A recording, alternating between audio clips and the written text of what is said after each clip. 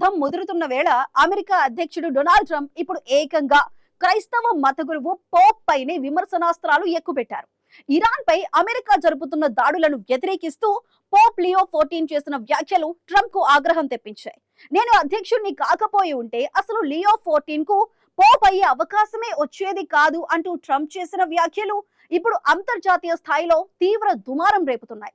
కేవలం మాటలతోనే ఆగకుండా తనను తాను ఒక దైవదూతలా స్వస్థత చేకూర్చే మసీహలా చూపిస్తూ ట్రంప్ పోస్ట్ చేసిన ఒక ఏఐ ఫోటో ఇప్పుడు ఇంటర్నెట్ ను షేక్ చేస్తోంది.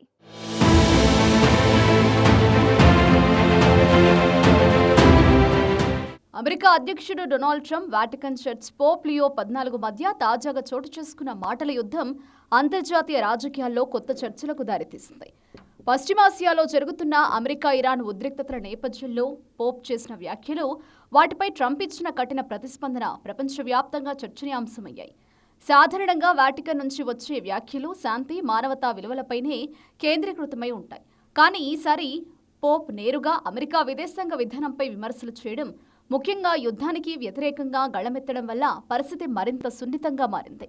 పోప్ లియో 14 తన ప్రసంగంలో అమెరికా ఇరాన్ మధ్య జరుగుతున్న ఘర్షణలు మానవాళికి ప్రమాదకరమని హెచ్చరించారు. యుద్ధం ద్వారా సమస్యలకు పరిష్కారం దొరకదని, దానివల్ల నిరపరాధ ప్రజలే బలవుతారని స్పష్టం చేశారు.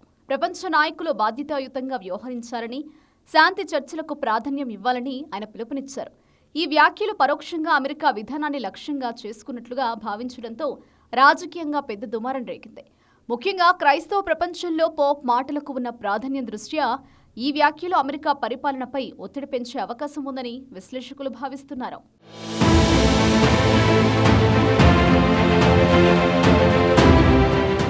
ఈ వ్యాఖ్యలపై వెంటనే స్పందించిన ట్రంప్ తీవ్ర స్థాయిలో విరుచుకుపడ్డారు.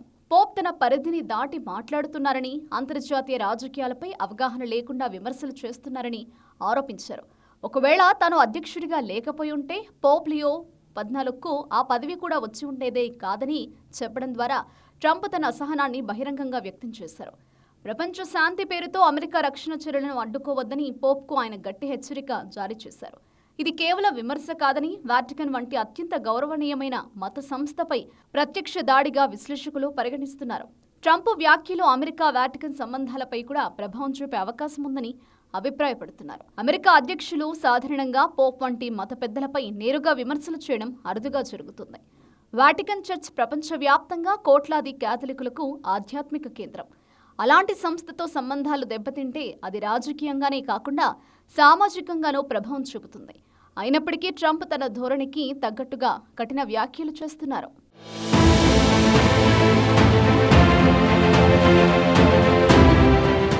ఇక ట్రంప్ చేసిన మరో చర్య మరింత వివాదాస్పదమైంది. ఆయన తన సోషల్ మీడియా వేదికలో ఒక ఏఐ జనరేటెడ్ ఫోటోను షేర్ చేశారు. అందులో తాను ఒక దివ్య వ్యక్తిలా బైబిల్లోని యేసుక్రీస్తు చేసిన అద్భుతాన్ని పోలిన విధంగా ఒక రోగిని స్వస్థపరుస్తున్నట్లు చూపించారు. లాజరును యేసు స్వస్థపరిచిన బైబిల్ కథను పోలిన రీతిలో ఆ ఫోటో ఉంది. అందులో ట్రంప్ వదులుగా ఉన్న వస్త్రాలు ధరించి ఒక రోగిపై తన చేతిని ఉంచి స్వస్థత చేకూరుస్తున్నట్లు కనిపిస్తున్నారు. ఈ ఫోటోలో అమెరికా జెండా, దేవదూతలు, యుద్ధ విమానాలు వంటి ప్రతీకలను కూడా చేర్చడం ద్వారా ఒక రాజకీయ మత కలయిక సందేశాన్ని ఇవ్వాలని ప్రయత్నం చేసినట్లు కనిపిస్తోంది. ఈ ఫోటోపై సోషల్ మీడియాలో తీవ్ర విమర్శలు వెల్లువెత్తాయి. మత భావాలను రాజకీయ ప్రయోజనాల కోసం వాడుకుంటున్నారంటూ మండిపడుతున్నారు.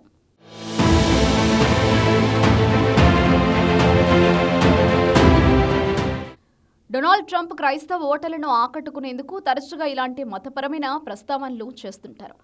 పోప్ను విమర్శించడం ద్వారా తాను ఎవరికీ తలొగ్గనని, బలమైన నాయకుడినని తన మద్దతుదారులకు సందేశం ఇస్తున్నారు. అయితే ఒక దేశాధ్యక్షుడు ప్రపంచ ఆధ్యాత్మిక గురువుపై ఇలాంటి వ్యాఖ్యలు చేయడం దౌత్యపరంగా అమెరికాకు ఇబ్బందులు తెచ్చిపెట్టే అవకాశంగా ఉందని విశ్లేషకులు చెబుతున్నారు. ప్రపంచవ్యాప్తంగా మత పెద్దలు శాంతి, మానవ హక్కుల కోసం మాట్లాడడం సాధారణమే. కానీ వారు నేరుగా రాజకీయ నాయకులను విమర్శిస్తే అది రాజకీయంగా పెద్ద ప్రభావం చూపుతుంది. అదేవిధంగా రాజకీయ నాయకులు మతాన్ని తమ ప్రచారం కోసం ఉపయోగిస్తే అది సమాజంలో విభజనలకు దారితీసే ప్రమాదం ఉంది. ఇక ఈ వివాదం అమెరికా అంతర్గత రాజకీయాలపై ప్రభావం చూపే అవకాశం ఉంది. అమెరికాలో క్రైస్తవ ఓటర్ల ప్రాధాన్యం ఎక్కువ. అందులో క్యాథలిక్ వర్గం ముఖ్య పాత్ర పోషిస్తుంది. పోప్ పై ట్రంప్ చేసిన వ్యాఖ్యలు ఈ వర్గాన్ని ఎలా ప్రభావితం చేస్తాయన్నది ఆసక్తికరంగా మారింది. కొంతమంది ట్రంప్కు మద్దతివ్వొచ్చని భావిస్తుండగా మరికొందరు ఈ వ్యాఖ్యలను వ్యతిరేకించే అవకాశం ఉంది.